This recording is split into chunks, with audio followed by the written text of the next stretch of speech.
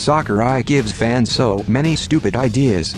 Ever since a ballot that wasn't even real to begin with, fans had been conducting their own polls for who fans want to see as a character for Super Smash Bros.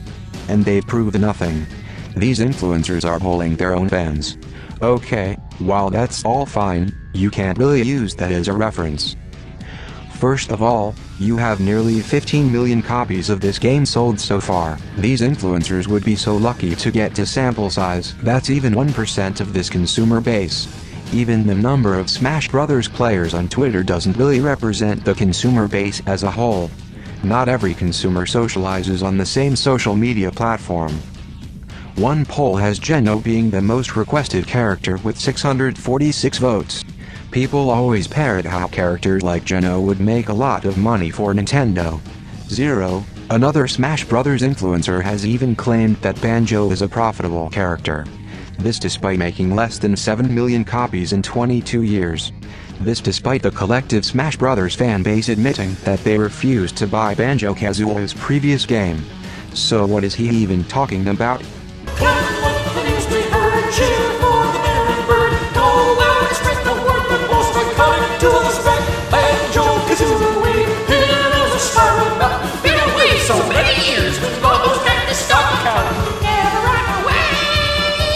But going back to Geno, here's why polls like these are inconclusive. You have to assume that everyone that voted in these polls owns a Switch and owns a copy of Super Smash Bros. Ultimate already. So guess what? All you need to spend on this character is $6. That's hardly anything for a company like Nintendo. The only way you can prove to me that a character like Geno would actually make money is that these fans bought another Switch or a copy of the game because they like Geno that much. But no, they have no reason to buy a second copy of anything. So they'll just spend $6.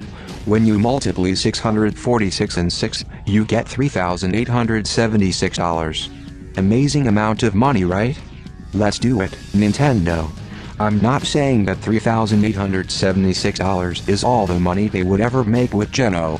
That wouldn't be true at all. This really isn't a valid piece of data that Nintendo can work with to determine whether or not a character can benefit their bottom line. You also have to take into account the number of fans that want Geno or would buy Gene, but didn't vote for him at all. How can you tell from these polls that there are some fans that either want Geno or don't want Geno if Geno wasn't their most wanted character that they picked? Now I'm tired of talking about Lara Croft. I truly am. I am trying my damnedest to avoid her in my videos when it's not necessary, but I easily have no choice here. There is just a killer opportunity with what I can prove. So, that Guinness World Record of the largest gathering of people dressed as Lara Croft. This record was actually broken in China by none other than Warner Brothers in early 2018. But for this scenario, I'll use this photo because it doesn't look like it was corporately put together for the sake of breaking any records. So yeah, there are a total of 270 cosplayers in this photo dressed as one character, taking place in France at Paris Games Week. This was taken about a half a year before the Switch even came out. But let's assume that nobody here has a Switch at all. They're not Nintendo fans, and they're not interested in Smash Brothers. But if theirs is a character in Smash Brothers that they are fond of, then they would be. So each of these 270 fans would need to spend $366 and they'll be playing as their favorite character.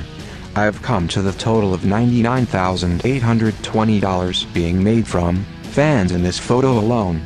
Just 4 more fans would net over 100 grand. But which is more telling?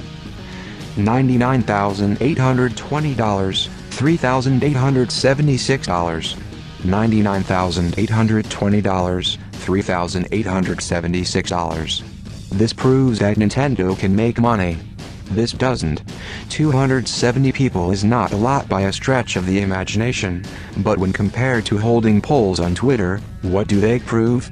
People are going to buy them. People are going to buy any character that grabs them if they already own the game. Where can you look to see if Nintendo is going to make a lot of money on a character? By looking at sales data, not by polling a small sample size whom already owns the game and likely wants to own all the characters. I'm not saying that characters that people vote for in polls are unpopular characters. I'm saying this isn't how one can properly determine how popular a character actually is.